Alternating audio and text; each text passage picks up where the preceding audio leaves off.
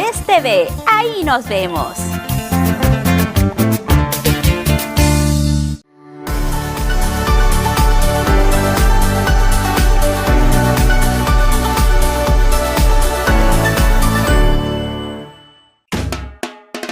Recuerda, tu diario La Noticia te regala el coleccionable Las Recetas de la Abuela, completamente gratis. Aprovecha y descubre todos los días las mejores recetas de los más ricos platos típicos del mejor destino culinario del mundo. No te olvides, reclama tu lámina todos los días gratis con tu diario La Noticia. Los tiempos cambian, la verdad no. No te pierdas Cero Spoilers de 2 a 3 de la tarde todos los sábados aquí por Best TV, tu canal.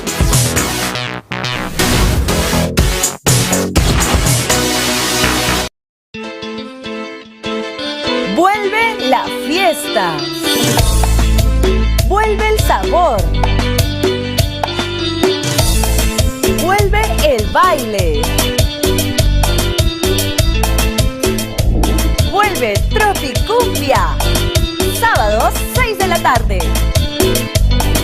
No te lo pierdas.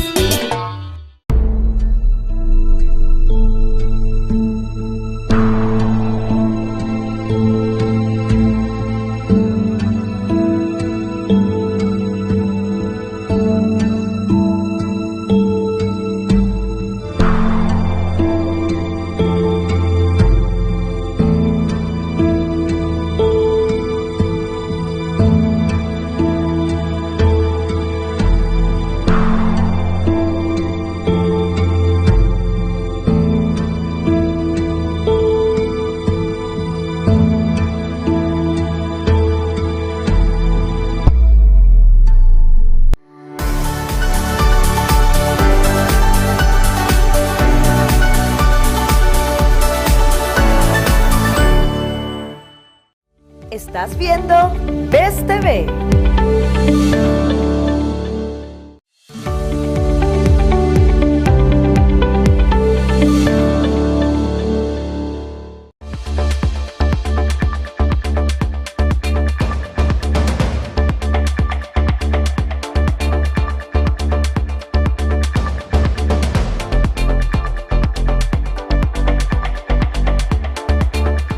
¿Qué tal? Buenas noches, bienvenidos a esta nueva edición de Política y Poder.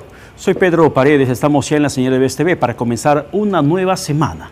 Además, la última semana de este primer mes del año 2026. Mes que se va, lamentablemente, en una situación bastante caótica que estamos viviendo en el acontecer político y más aún en estos tiempos electorales. Pero no quiero hablar en estos momentos de campaña, no quiero hablar de gobierno. Quiero hablar de lo que pasa en el sistema.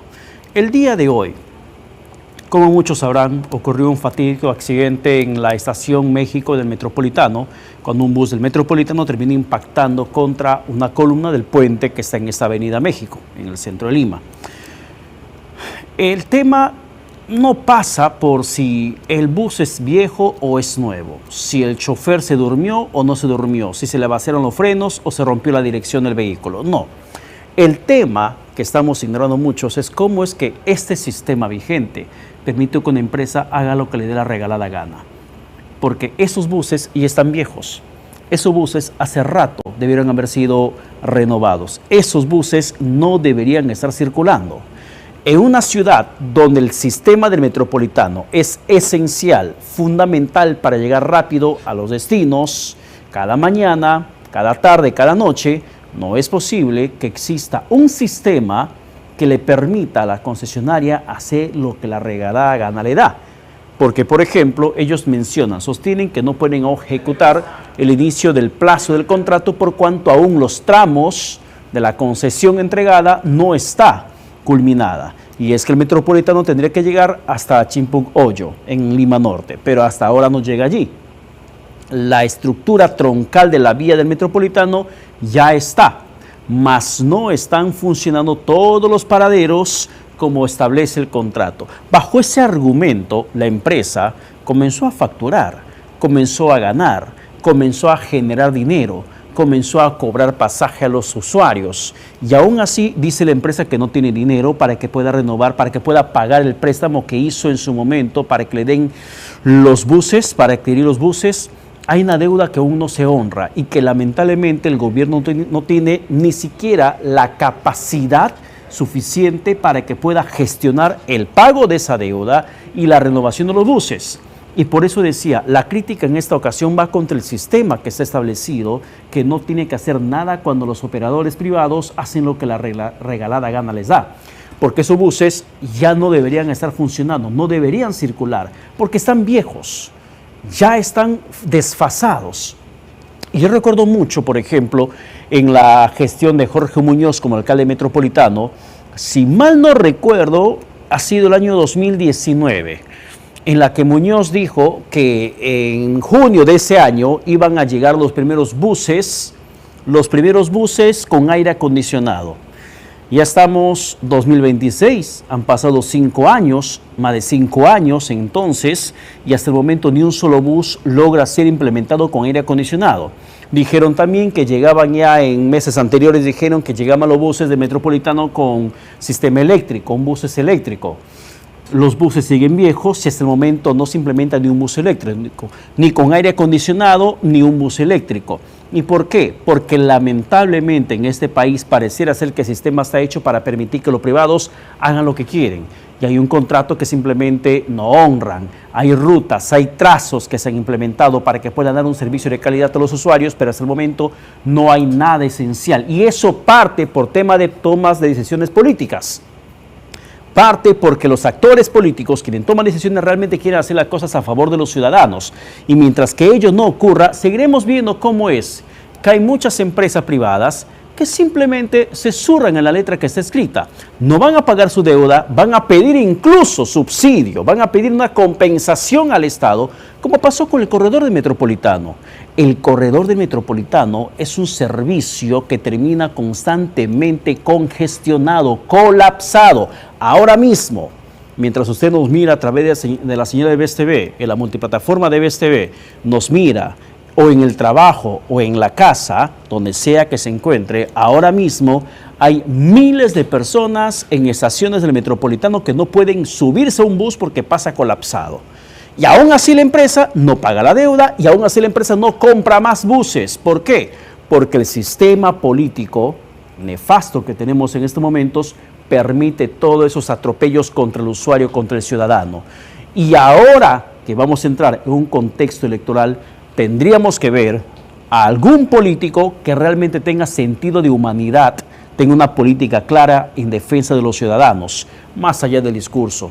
Esto no se trata de discurso ni de ideología, se trata de calidad humana. Y calidad humana, tristemente, es la que muchos políticos carecen para que puedan tomar las riendas del país. Por ello pasan situaciones como la que sucede en el Metropolitano o en otros contextos de servicios públicos esenciales en nuestro país. Punto y aparte. Estamos en la comunicación con Edgar Tello, parlamentario en estos momentos, vigente, pero también es candidato al Senado Nacional. Congresista Tello, ¿qué tal? Buenas noches, bienvenido a BSTV. Buenas noches, Pedro, un gusto estar en tu programa. ¿Qué tal, congresista? Buenas noches. Gracias por estar acompañándonos en estos momentos. Usted es candidato al Senado Nacional por el partido Podemos Perú. ¿Cuál es el número que lo acompaña en esta ocasión? Estoy yendo con el número 9. ¿Ya? Con el número 9. ¿Y qué le animó a irse al Senado Nacional, congresista Tello? Considero de que la voz de los maestros, de los trabajadores y de la población debe estar en este espacio tan importante de poder que es el Senado Nacional, para que pueda fiscalizar y regular la aprobación de leyes y no se cometen injusticias. Lo que usted comentaba sobre el Metropolitano, hay que denunciar que ahí hay un robo al Estado peruano, porque los que concesionaron esa ruta del Metropolitano le han robado a todos los peruanos y le han robado al país, porque después de 10 años que COFIDE les prestó más de 500 millones de soles para que compren los buses nuevos, cumplieron los 10 años que tuvieron de concesión, se han ido del Perú sin devolver ni un solo sol y ahora pretenden al nuevo concesionario hacerle otro préstamo para que COFIDE, con dinero de todos los peruanos, nuevamente compre buses nuevos Obviamente que acá el peor perjudicado es el Estado y los peruanos, porque han dejado chatarras y que los que se prestaron para comprar esos buses nuevos nunca lo devolvieron ni un solo al Estado peruano. Ahora, congresista Tello, ahora que usted menciona eso, me hace recordar la otra parte del comentario que precisamente quería hacer en esa introducción de la editorial del programa. Y es cierto lo que usted menciona, en ese punto coincidimos claramente, porque incluso a raíz de lo que pasó el día de hoy con el Metropolitano, el jefe de la ATU salió a decir que se necesita renovar los buses, que ya tienen 15 años, pero esos buses la van a comprar con otro crédito que están buscando sea aprobado en el Banco Mundial, que el Banco Mundial financie la compra de nuevos buses. Es a raíz de esas declaraciones que da el jefe de la ATU que particularmente me indigné. Y dije, ¿y dónde diablos está el préstamo que tenían que pagar? ¿Dónde está la rentabilidad que claramente genera el Metropolitano? Porque con lo que están cobrando, con el sistema colapsado, que nunca un bus está vacío, siempre está lleno, no es posible que digan que no hay recursos para que renueven los buses, amparándose en el hecho de que el contrato aún no entra en vigencia, a pesar que ya están explotando el servicio, porque no se termina la troncal. Desde el Parlamento, ¿qué se podría hacer, congresista? Bueno, justamente ese artículo que hay en la Constitución, que es un candado, que no permite modificar, permite que los concesionarios le roben al país, maltraten a los pasajeros y obviamente quien tiene que pagar los platos rotos es el Estado, que va a avalar, pero con dinero de todos los peruanos. Es increíble. Por eso se plantea que hay que modificar ese artículo para que las empresas no vengan acá a robar, concesionan, se llevan el dinero de todos los peruanos, no garantizan seguridad, comodidad, porque esos buses son demasiado estrechos, y el día de hoy que ha habido un accidente, mi solidaridad con todos los pasajeros que se han accidentado, ¿no? Ahí prácticamente estamos viendo que no son seguros y son demasiado estrechos. Antes, usted recordará, había la empresa nacional de trabajo, lo que se conocía como Enatru Perú, había la línea 3, la línea 5, la línea 4, eran unos buses articulados anchos, marca Volvo incluso, ¿no? Que garantizaban seguridad, a pesar de que también se llenaban, pero eran más seguros. Hoy, indudablemente que aquí en el Congreso de la República tenemos que modificar ese artículo y esperamos que los que son mayoría no permitan pues que estos lobbies se sigan aprovechando del dinero de todos los peruanos con aval del Estado, ¿no? Pero congresista, usted está cerrando un periodo parlamentario, usted entró por un partido bastante radical como es Perú Libre, que la que constantemente anunciaban un tema de propuesta para reforma constitucional. ¿Cómo no han mostrado capacidad suficiente para que puedan precisamente hacer reformas constitucionales fundamentales, como el caso que usted menciona, y que entiendo que se refiere a los famosos contratos ley?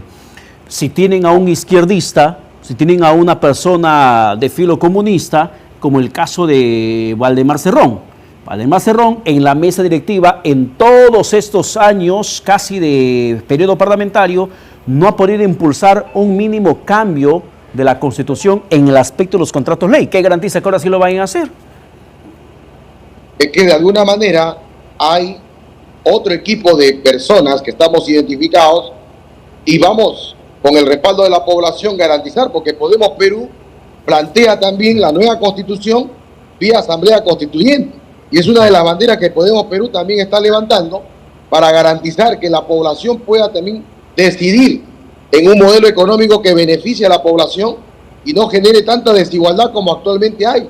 Hay cada vez menos puestos de trabajo y muchos peruanos que están en extrema pobreza por falta también de un espacio laboral que no se está garantizando, y eso lo garantiza Podemos Perú en uno de sus ejes que ha planteado en el plan de gobierno para esta nueva gestión, y que los que siempre hemos representado la voz del pueblo, el que hable maestro, dirigente sindical, que siempre estaba en la movilización en las calles, y del Congreso hemos aprobado leyes en favor de los maestros, los trabajadores y también de la población, y eso es con el planteamiento que plantea Perú, Podemos Perú, Perú país de propietarios. ¿Cómo es posible que haya más de 5 millones de familias que viven en propiedades, en posesiones informales, sin poderlo formalizar?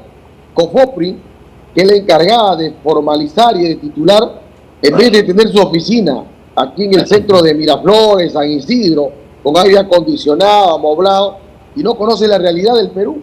Salga acá a los conos, al menos de Lima, y vaya a las regiones a visitar y vea la necesidad que tiene de titularse para instalar también el agua potable. Y eso también es garantizar calidad de vida al ciudadano, y Podemos Perú plantea reducir esa burocracia y también garantizar el agua popular para todas las familias. Miren, Lima y Callao tiene 13 millones de habitantes y solamente 3 millones de habitantes tienen el agua potable y el desagüe instalado en su casa. Y las demás familias, ¿cómo hacen para vivir? ¿Y cómo van a hacer ustedes para que esas promesas no queden en eso, en meras promesas? Justamente Podemos Perú tiene un programa serio, identificado no solamente ahora, sino de mucho tiempo, porque también ha llevado a enfrentarse con la banca usurera al plantear reducir los intereses y también el retiro de las AFP, que por iniciativa de Podemos Perú, del doctor José Luna Gálvez, se ha podido ya efectivizar el 8º retiro de las AFP, y eso puedan disponer todos los afiliados a las AFP. Sin embargo, usted viene de ese parlamento que es uno de los peores de la historia para muchos peruanos, según cada encuesta que se va publicando. Ahora mismo, por ejemplo, la desaprobación está bordeando el 90%. El 90% de la población casi desaprueba el Congreso. ¿Qué les hace creer que la gente va a apostar otra vez por ustedes, congresista? Bueno, en todas las gestiones siempre ha habido esa evaluación negativa de todo el Congreso, de mayormente los que manejan el Congreso de la República, pero yo soy consciente de que la población es sabia y sabrá diferenciar quienes hemos hecho gestión. En el magisterio, por ejemplo, hemos aprobado la CTS al 100%. Los maestros que antes cobraban su CTS 10.000 soles, ahora el que ha cesado el 31 de diciembre de 2025, primera escala con 40 años de servicio, más de 140.000 soles de CTS. De igual manera el pago del 30% que falta la reglamentación. Y ahora que estamos impulsando con el proyecto de ley 3864, la pensión digna equivalente al RIN de la primera escala, porque no es posible que maestros, después de 40 años de servicio al Estado, al estudiante, a la comunidad, estén con pensiones de hambre de 100, 200, 400 soles. Y eso indudablemente no puede ser posible en tiempos donde el Perú es uno de los países que tiene las economías más estables de la región y tiene el menos 32% de déficit, tiende a reducirse el déficit, y acá hay una incoherencia. Dice, no hay presupuesto para nivelar las pensiones, pero sí hay presupuesto para exonerar de impuestos a las agroexportadoras, agroindustrias, que les han ampliado 30 años más de exoneración de impuestos, que dejan de pagar anualmente 25.000 millones de soles. Pero esa decisión de la ampliación de periodo para exoneración de impuestos a las agroexportadoras la tomó el Congreso que usted integra.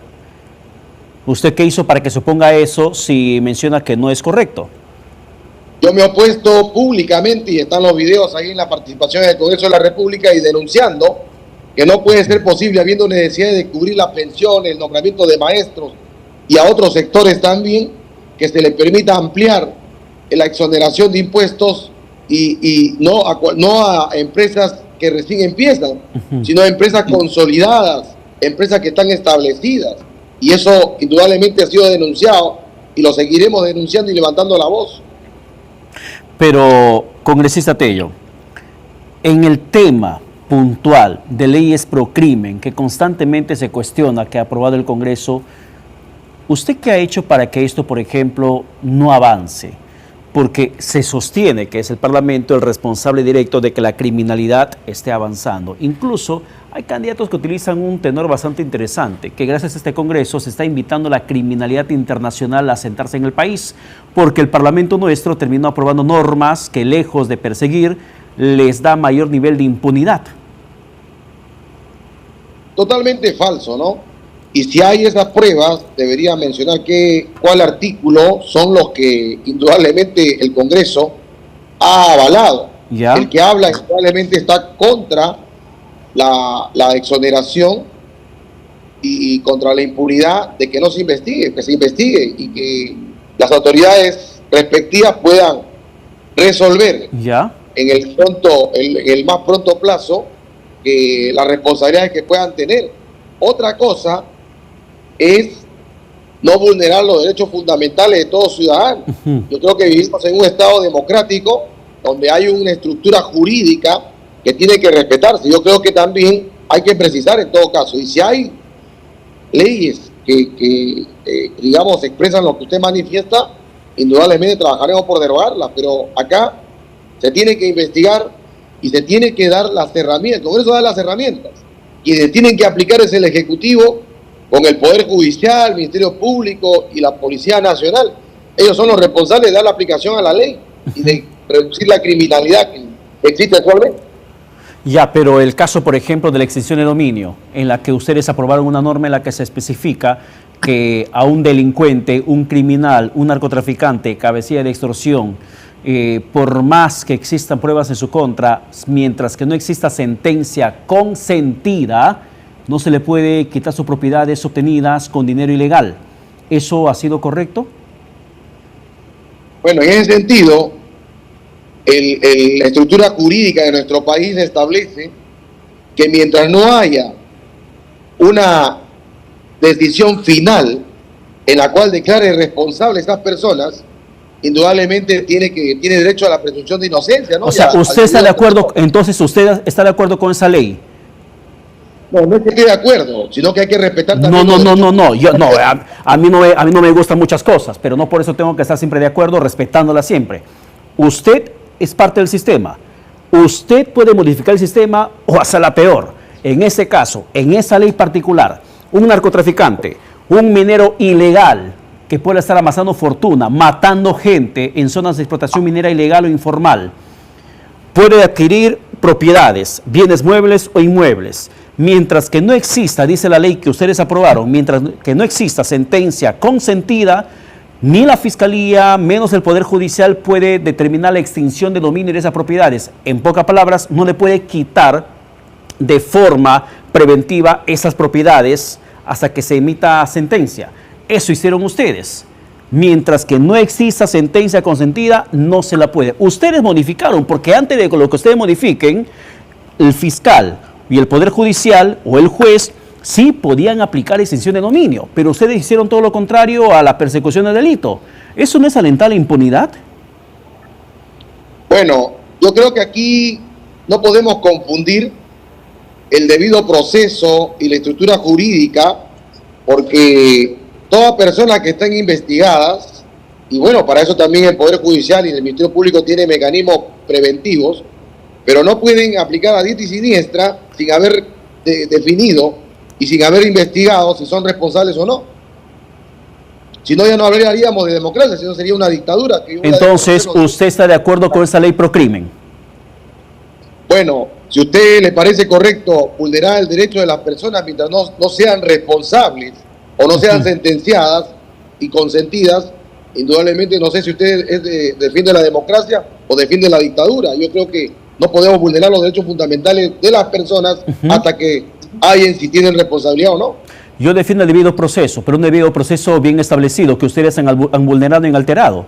Porque ustedes como Congreso es lo que están permitiendo es que un narcotraficante, un minero ilegal, criminal, un talador, un corrupto que roba plata pública, que amasa fortunas, que entra con 10,000 soles de patrimonio y sale con 1 millón de patrimonio. ¿Y de dónde, pecata a mí? Entonces, ¿de dónde saca el dinero?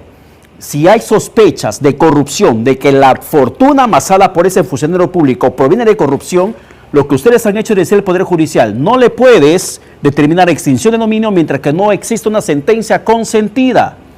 Y ustedes están permitiendo que mientras tanto haya más corruptos robando, más criminales amasando fortuna, más extorsionadores delinquiendo con impunidad, porque aunque amasen fortuna, el Poder Judicial no puede preventivamente retener esas propiedades. Eso han generado ustedes, congresista, ¿y eso le parece bien como debido proceso? Mire, aquí lo que se trata, usted dice que defiende el debido proceso, y mientras no haya una sentencia firme y consentida, indudablemente no podemos decir que ya es condenado o es responsable. Usted mismo está que se contradice. No. El debido proceso, no congresista. Ustedes modificaron el procedimiento jurídico. Ustedes lo hicieron así ahora. Antes de que se dé esa modificación, el debido proceso era que la Fiscalía podía pedir la extinción de dominio al Poder Judicial de manera preventiva para evitar que ese corrupto, ese criminal, ese narcotraficante, ese tratante de seres humanos transfiera sus propiedades o las venda. Antes podía hacer eso, para evitar que se transfieran las propiedades. Ahora ustedes dijeron no pueden quitarle absolutamente nada. Y usted sabe que un proceso dura años, décadas, apelaciones tras apelaciones. Y eso a usted le parece bien, pero bueno, es su forma de ver las cosas. Por eso le preguntaba, ¿cómo esperan el voto popular si no han hecho las cosas correctas en este periodo parlamentario, congresista? No es que me parezca bien, sino lo que es el sistema jurídico de nuestro país así lo establece.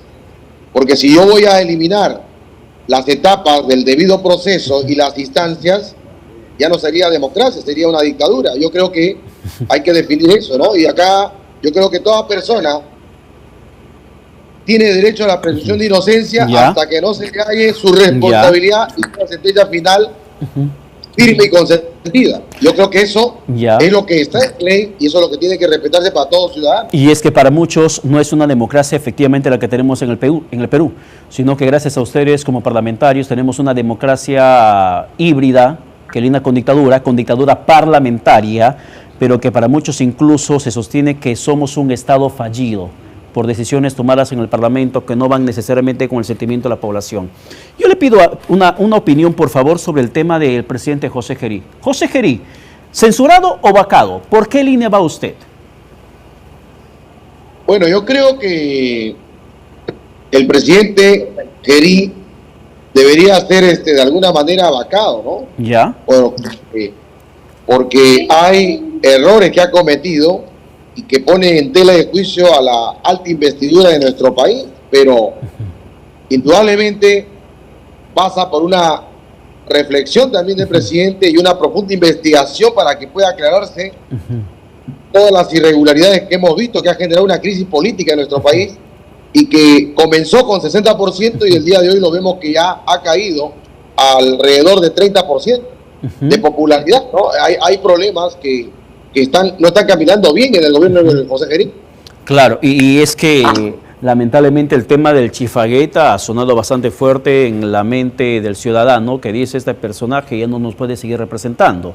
Pero en el Congreso, ¿cómo van las firmas? ¿Lo van a censurar o lo van a vacar? Para vacarlo se necesitan 87 votos, para censurarlo 66 votos. Bueno, al respecto ya eso está caminando. Y bueno, veremos en el transcurso si se logra acumular las firmas que están pidiendo para que pueda proceder a una sesión extraordinaria y definir la situación del presidente, ¿no?, de la República y del congresista José Gerí, y eso lo veremos en el transcurso de los días seguramente. Ya. ¿Y usted ha firmado para la sesión extraordinaria? Se necesitan 78 firmas para esa sesión. Bueno, todavía no ha llegado a mis manos la moción, ¿no? Ya, pero ¿no pueden hacer una firma digital? Sí, tenemos, pero no ha llegado a mis manos todavía la moción, ¿no? Que seguramente en el transcurso de los días llegará, ¿no? Ya. ¿Y usted está interesado en firmarla? Habría que leer el sustento para poder tomar la decisión también. O sea, ¿no se aseguró de firmar o no para la sesión extraordinaria? A nivel de nuestra bancada, tenemos todavía que reunirnos una vez que llegue ese documento y para tomar una decisión de bancada, no es una decisión personal, ¿no? ¿Y cuándo se van a reunir? Bueno, la bancada todavía no ha convocado a ninguna reunión. Yo creo que será en el transcurso de los días. Apenas la bancada convoque, tocaremos el tema, definiremos a nivel de bancada y ahí estará la expresión del acuerdo, ¿no? ¿Y cuál es la postura de Edgar Tello sobre ese tema? ¿Debe haber sesión extraordinaria? ¿Debe haber censura o debe haber vacancia? ¿Cuál es la posición de Edgar Tello como parlamentario? Bueno, yo creo que es necesario para el país esté más tranquilo una sesión extraordinaria, ¿no? Y ahí se vea el tema, realmente se haga el debate sobre la situación de la crisis política que ha generado estos hechos que el presidente José Gerí ha evidenciado ante todo el país, ¿no? ¿Y usted le cree al presidente? Bueno, habrá que darle el derecho de la duda, ¿no? O sea, puede que sí le crea. Bueno, habíamos que ya en el debate que seguramente se va, si que se da, ahí veremos y nos informaremos más de los detalles de este caso, ¿no? Ya, ¿usted cree entonces, usted sí cree que el presidente se fue por caramelos a comprar una tienda que estaba cerrada y que era el único cliente? ¿Usted sí cree eso? Bueno, es la versión que ha dado el presidente, ¿no? Ya en el debate, en el análisis que se haga de la crisis política que ha generado el congresista José Gerí, ya determinaremos cuál es el grado de responsabilidad, ¿no? Y acá también la Comisión de Fiscalización tiene una gran tarea también de profundizar la investigación. No, sin duda alguna. El Parlamento tiene muchísima labor que hacer en estos momentos. Congresista, quiero ir a la pausa, pero quiero dejar una pregunta. ¿Qué plantea como senador futuro en caso de ser elegido? ¿Qué acciones piensa tomar como senador cuyas funciones van a ser distintas a la de un diputado? Por favor, quiero que nos explique luego de la pausa, ¿sí? Acompáñenme fuera del corte, que regresamos con usted para seguir conversando sobre este escenario político y electoral también. Es el Gartello, congresista de la República y además candidato al Senado Nacional con el número 9 por el partido Podemos Perú. Volvemos.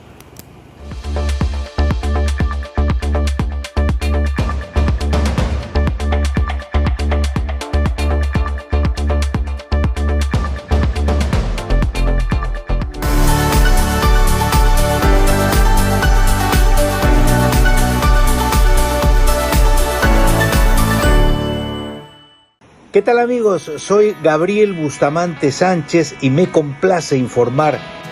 Lunes a partir de las 9 de la noche, vuelve a Best Cable Bustamante Te Defiende. Nuestro programa pretende informar sobre tus derechos como consumidor y usuario. Ahí nos vemos.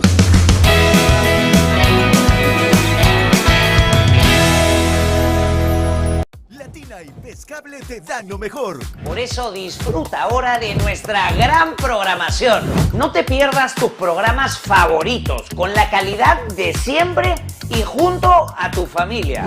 Suma información, diversión y emoción a tu vida. Míranos como siempre por el canal 2.1 y también en Best Cable por el canal 2.1. Si vives en Puente Piedra y Comas, míranos por el canal 3. Latina, suma a tu vida.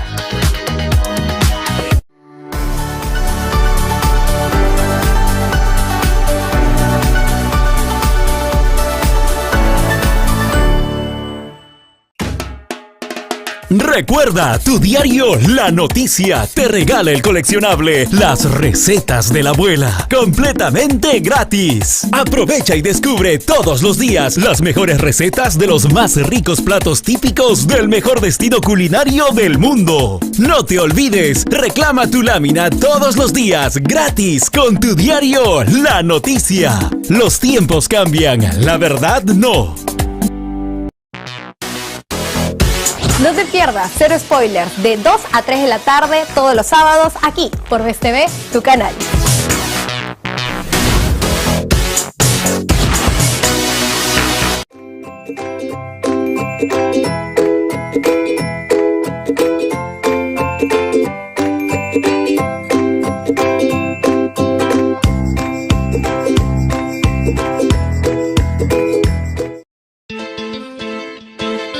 Vuelve la fiesta.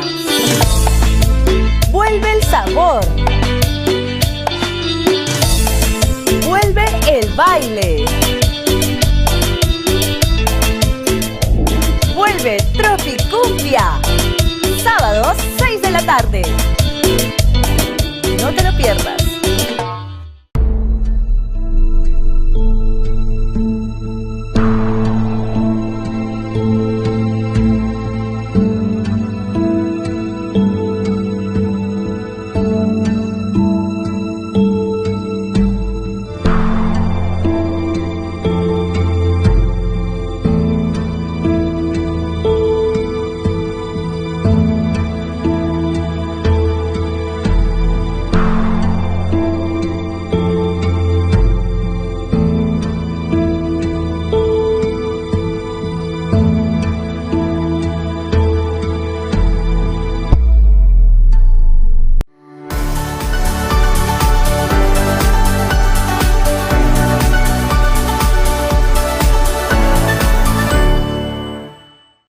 Estás viendo BestV.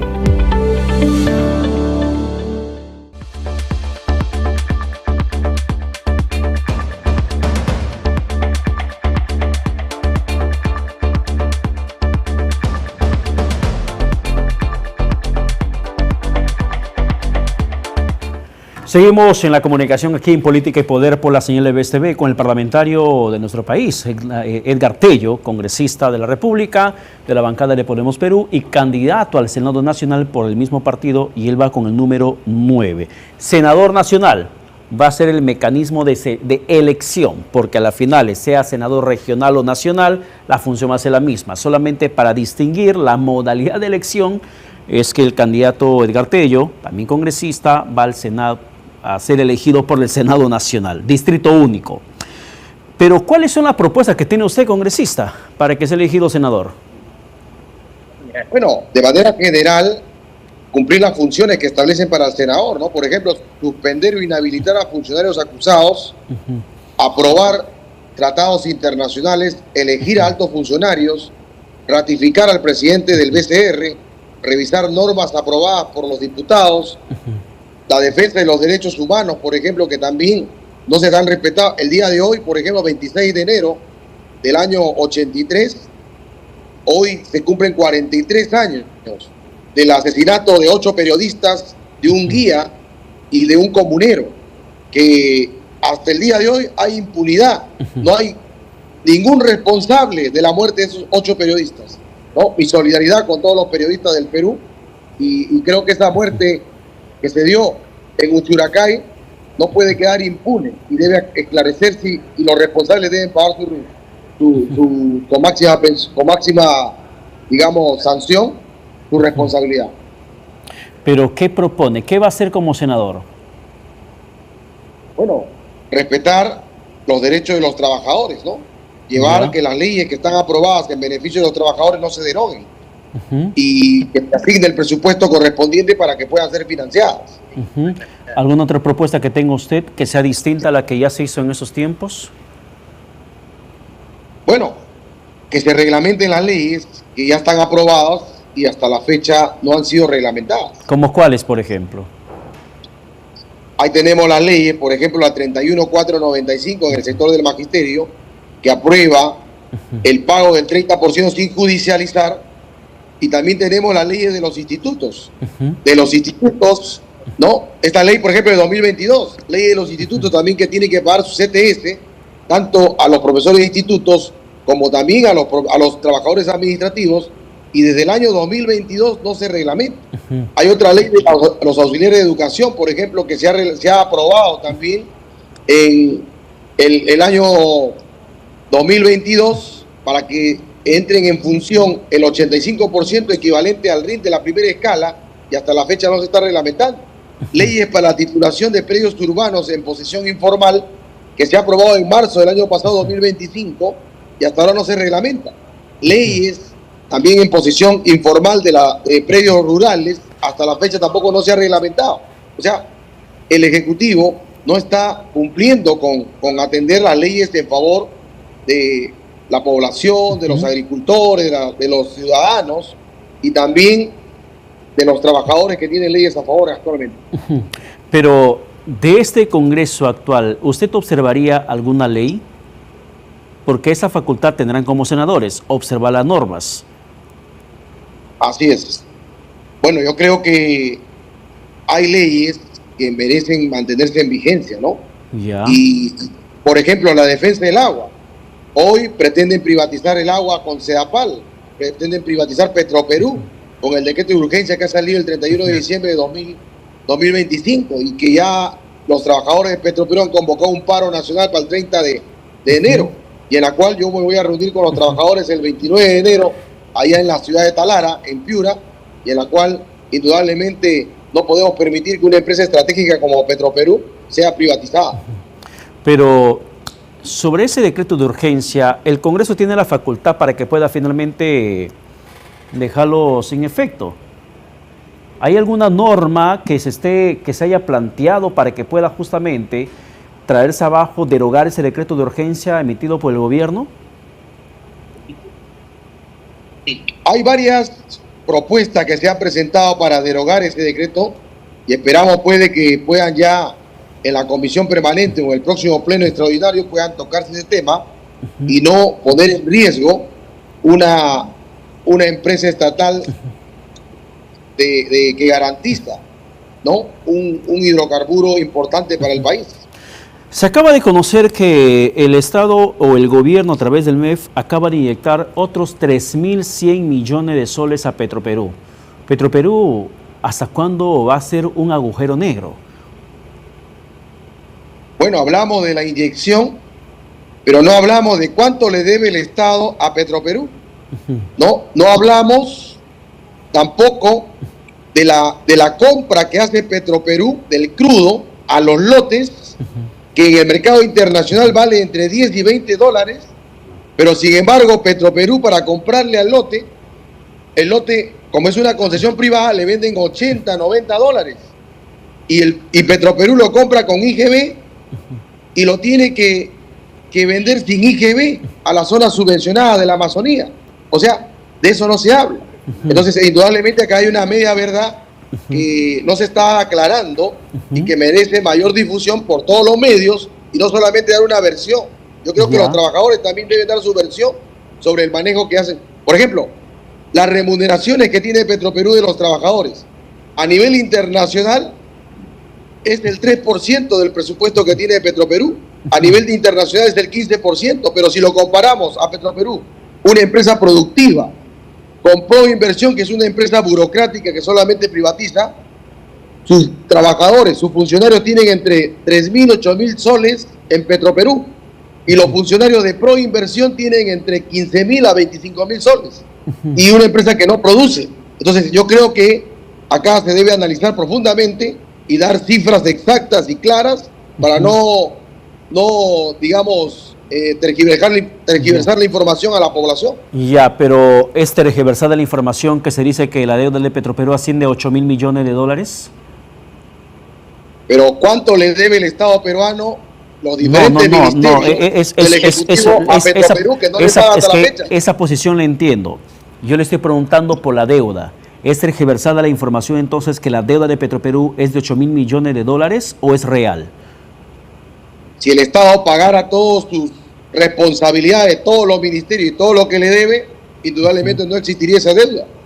Pero el Estado como empresario ha demostrado ser un fracaso y por eso es que existe esa deuda. Claro, si no paga las responsabilidades que tiene que pagarle a Petroperú, indudablemente, ¿cómo piensan que se cubran las deudas si no pagan el consumo? ¿No? La Fuerza Armada también tiene un consumo también de combustible, ¿no? Y indudablemente no le están pagando entonces a Petroperú. ¿Y cómo quieren que siga produciendo si los que son beneficiados con el combustible no se están pagando oportunamente, ¿no? Entonces, ¿cómo van a cubrir la deuda si no hay el ingreso? Ya. Y esa explicación, por ejemplo, en su momento, ¿por qué Petroperú nunca la dio? Nunca dio Petroperú esa información. Lo que pasa es que no se le da la oportunidad a los que realmente manejan la información, que son los sindicatos. El mismo directorio debe también aclarar también la información real de cuál es la problemática de Petroperú. Pero congresista, pretenden que Petroperú le destine 240 millones a Proinversión para, entre comillas, reestructurar, dice, ¿no? Y reducir al 70% de la planilla de los trabajadores, o lo podemos tomar que quieren que financie Petroperú 240 millones, pero para liquidar la empresa. Entonces, indudablemente, ¿qué está pasando? Ya, pero congresista, hasta hace poco, el señor Narváez, que es un sindicalista de los trabajadores, estuvo al frente de Petroperú, estuvo al frente del directorio, y él nunca dio esa información que está dando usted. ¿Por qué el sindicalista Narváez, como presidente y director de Petroperú, nunca informó eso sobre costos que está pagando Petroperú? Y bueno, no soy simpatizante del señor Narváez, pero tengo entendido, de acuerdo a algún análisis que he leído, de que en la gestión del señor Narváez estuvo creciendo la rentabilidad que tuvo Petroperú. Y cuando empezó a crecer, ya parece que el señor Narváez fue una piedra en el zapato, lo tuvieron que cambiar. Ya, pero la rentabilidad no genera necesariamente utilidad, porque Petroperú el año que pasó generó pérdidas por encima de 400 millones de soles.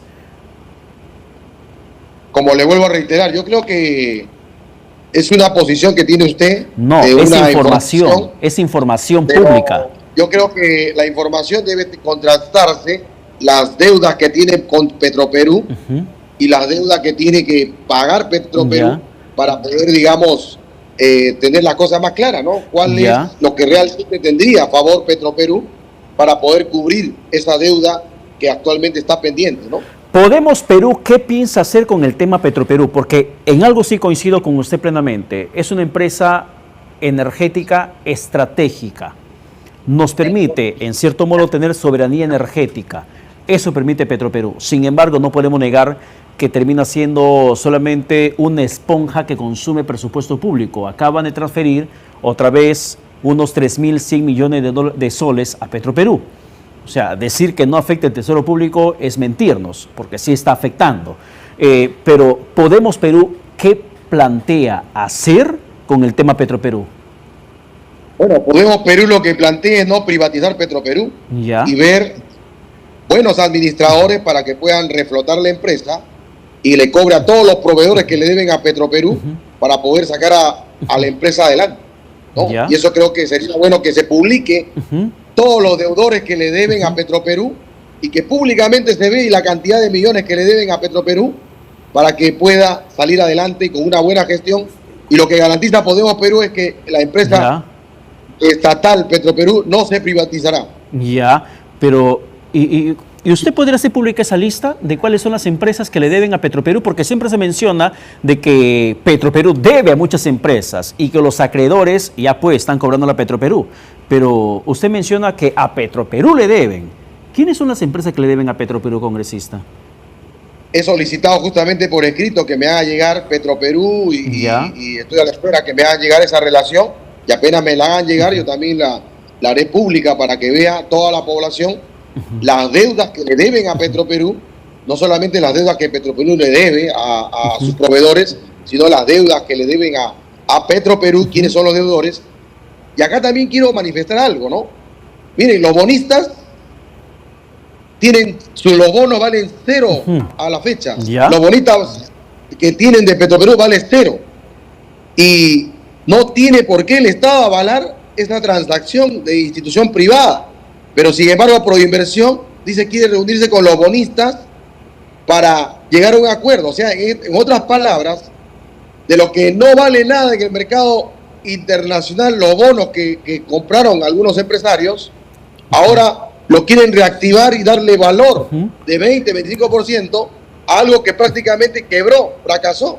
Y el Estado no puede avalar a instituciones privadas de que han arriesgado, han perdido y que el Estado ahora les pueda cubrir y subvencionar. Esas son las deudas que le sacan a Petroperú. Yo creo que con la relación de proveedores que le deben a Petroperú, yo creo que se va a aclarar mejor las cosas y el país pueda estar también bien informado al respecto. Aunque el propio Petroperú tampoco nunca estuvo interesado de que se hagan las cosas transparentes, ¿no? Solamente recordemos las veces reiteradas que no se llegaba a contratar la auditoría internacional que tanto se demanda para que se pueda justamente poner en blanco y negro cuál es el real estado de Petroperú, cuáles son los activos, cuáles son los pasivos, cuáles son deudas por cobrar, para que se pueda conocer exactamente cuál es la situación real de este paciente crítico que se llama Petroperú. Pero hablemos también no solamente de Petroperú, también del Perú. En el tema empleo, ¿hay algo que se puede hacer mejor en el país en esos tiempos? Así es, generar más puestos de trabajo, porque actualmente la crisis ha generado que haya menos puestos de trabajo, ¿no? Yo creo que aquí tenemos el puerto de Chancay, que todavía no entra en operación al 100%, todavía debe estar a un 15 al 20% todavía de operatividad. Yo creo que al darle la operatividad que Chancay se merece, al 100% generaría muchos puestos de trabajo, reactivaría la economía, no solamente de Chancay y de la provincia de Lima provincia, sino de todo el país, y eso creo que va a fortalecer y va a permitir que también asignemos mayor presupuesto a educación, a salud. Yo creo que otros sectores, al sector agrario y otros sectores que requieren necesariamente de mayores oportunidades, tener un país estable y de alguna manera también devolver la confianza a la población de un Congreso que legisla a favor de la población. Pero la población no siente eso, lamentablemente. O sea, siente que el Congreso legisla para sus intereses y no para el pueblo. Bueno, eso son las percepciones, ¿no? Pero yo creo que a veces se difunde lo negativo, pero no se difunde lo positivo de los congresistas que han impulsado y las aprobaciones de leyes que el Congreso ha emitido. Y evidentemente una ley es que usted impulsó es el tema también de la pensión para el magisterio que nos ha mencionado hace un rato. Esos 3.200 soles que están esperando que sea ratificado. ¿Cuándo va a ser esto visto en el Parlamento? Bueno, esperamos ahora que la comisión permanente que preside la mesa directiva, el señor Fernando Rospigliosi, pueda agendarlo. Y estamos seguros de que en esta aprobación por insistencia se requiere la mitad más uno, 65 más 1, 66 votos. Y estamos seguros de que apenas ponga el tema en agenda de la comisión permanente o del próximo pleno, esta ley se va a aprobar no por 66 votos, sino por mucho más votos de muchos congresistas que han reflexionado, que fueron formados por un maestro y que merecen también ser el maestro reconocido con una pensión digna equivalente a 3.500 soles, que es el RIN de la primera escala. De la primera escala. Así es, dicen que no hay fondos para nivelar y como le mencionaba, el Perú es una de las economías más estables de la región, tiene reservas de más de 90.000 millones y no puede ser posible de que no pueda asignarle la nivelación de pensiones y sí puede exonerar impuestos a empresas agroindustriales, agroexportadoras que dejan de pagarle al Estado anualmente 25.000 millones de soles, es decir, hay dinero. Entonces, ¿qué falta? Voluntad política y esperamos que el presidente de la mesa directiva, el señor Rospigliosi, pueda ponerlo ahora en la comisión permanente o en el mejor de los casos en el próximo pleno que se pueda programar, ¿no? Sea extraordinario o sea ordinario. ¿Y por qué también no se abocan en un incremento de las pensiones para el sistema de la ONP, los pensionistas del sector público? No solamente es la ONP, también AFP. Hay que recordar que las pensiones en nuestro país, el máximo en AFP es 500 soles, el mínimo 180. El máximo en ONP es 893, el mínimo 415. Y la 2530 está entre 800 y 1100, está congelado. Aún siendo el máximo 1.100 soles, ¿quién vive con 1.100 soles? Pero hay pensiones de 300, de 400. Considero que un maestro, que es un profesional comprometido, preparado, porque los maestros, si usted pregunta a un maestro, ese maestro, a pesar que gana poco, tiene maestría, tiene doctorado, hasta segunda especialidad tiene, segunda carrera. No todos. Y se prepara cada día. Bueno, pero es la gran mayoría hoy en día. Tampoco, porque usted sabe perfectamente que mientras más grados académicos tengan, suben de escala. Y en las últimas escalas, donde requieren maestrías, doctorados, no hay muchos maestros. Sí, hay maestros que hicieron su doctorado y eso es bastante tienen aplaudible. Que postular un concurso de ascenso de escalas y cada vez las escalas, las vacantes son reducidas. O sea, no son como uno piensa, ¿no? Pero yo le preguntaba, congresista, ¿y qué más hacer en el tema de la ONP, donde los pensionistas sobreviven? Bueno, yo creo que ahí es lo que hemos planteado, la pensión digna para los maestros, y Podemos Perú, tomando como iniciativa esta propuesta para el magisterio, Podemos Perú ha ido más allá, ha planteado la reforma histórica de las pensiones, equivalente a una UIT para todos los trabajadores. Y esa es la propuesta que ha dado el doctor José Luna Gálvez, que también es economista. Y de llegar al gobierno, esa es la propuesta que va a reconocer a todos los trabajadores del país. ¿Y de dónde sacarían el dinero para que se pueda incrementar a una OIT que está por encima de los 5.000 soles y aproximándose a los 6.000 soles? Y que la OIT cada año se va incrementando. La propuesta que ha dado Podemos Perú es que va a ser un incremento progresivo, ¿no? Va a haber un incremento progresivo y que indudablemente va a cumplir ese compromiso. Pero el dinero, ¿de dónde saldría? Bueno, ya en lo que refiere al manejo económico, justamente ya cuando se llegue al gobierno, ya los técnicos estarán elaborando la estrategia de cómo llegar, pero el compromiso está de hacerlo y de ver, una vez que se llegue, los técnicos se encargarán ya de ver las fórmulas para poder cumplir ese compromiso. O sea, aún no saben exactamente cómo hacerlo. Congresista, en el tema educativo, usted es docente. Bueno, está en licencia porque está ejerciendo la labor parlamentaria. En el tema educativo, ¿tiene alguna propuesta? Bueno, en el tema educativo es brindarle mayor oportunidad a los jóvenes estudiantes.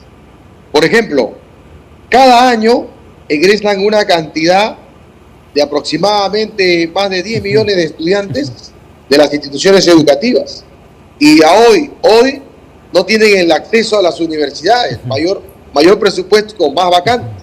Otro aspecto es brindarle, porque vivimos en un mundo tecnológico con inteligencia artificial. Yo soy presidente de la Comisión Especial Multipartidaria de Infraestructura Tecnológica, he recorrido el país y me da mucha pena encontrar en época de inteligencia artificial, de tecnología, encontrar en los colegios máquinas 286, 386, Pentium 1, Pentium 2 y una conectividad de 2, 4, 6 megabits de ancho de banda por segundo. ¿Qué calidad educativa puede tener este niño de Puno, de Huancavelica, acá de Villa El Salvador, de Comas, de Pucusana, de San Juan de Miraflores, de Pamplona, de San Juan de Lurigancho, si no tiene la conectividad ni tampoco tiene la herramienta que es la computadora de última generación mínimo? Debe tener una i10, i11, pero hay colegios que por sus propios medios compran máquinas i3. Sumado a ello, la infraestructura, colegios a 5 minutos del centro de la ciudad, ¿no? En cualquier parte del país, colegios que no tienen patio, que no tienen techo, paredes que se caen y que PRONIEC indudablemente está siendo una institución burocrática que no ve la problemática ni acá en Lima ni en las regiones. Creo que ahí debemos darle todas las condiciones a nuestros jóvenes estudiantes para poder tener una educación de calidad.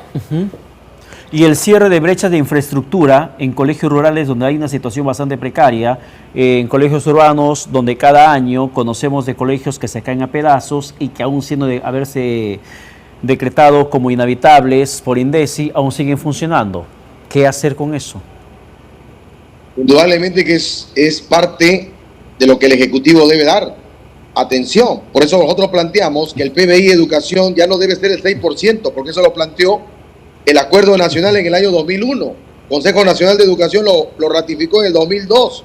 Hoy corresponde un PBI a educación del 10% para arriba, para poder garantizar la infraestructura, la tecnología con herramientas y conectividad, y nuestros niños también tengan derecho a la calidad educativa y tratados por igual, ya esté en Tumbes, esté en Puno, esté en Tacna, o esté aquí en Pamplona Alta, o esté en Comas, a San Juan de Lurigancho. Igual oportunidad para todos nuestros jóvenes, nuestros niños y jóvenes en todo el país. Bien, congresista Tello, muchas gracias por la comunicación alcanzada. Éxitos en su campaña. Muchas gracias, estimado Pedro. Este 12 de abril, Edgar Tello, un maestro del pueblo, al Senado Nacional con Podemos Perú. Escriba, marque la P y escribe el número 9. Muchas gracias, Pedro. Bien, muchísimas gracias. Ha sido Edgar Tello, congresista de la República y también candidato al Senado Nacional, Distrito Único, por el partido Podemos Perú. Vamos a la pausa. Usted sigue en la sintonía de Ves TV, que nos quedamos con Ves Cable Noticias. Buenas noches.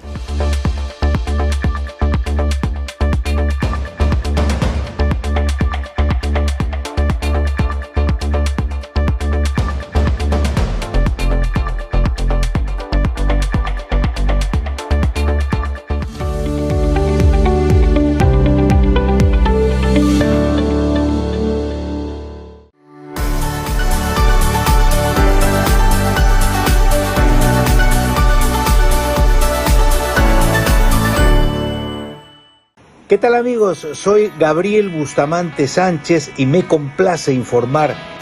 Lunes a partir de las 9 de la noche vuelve a Ves Cable Bustamante Te Defiende.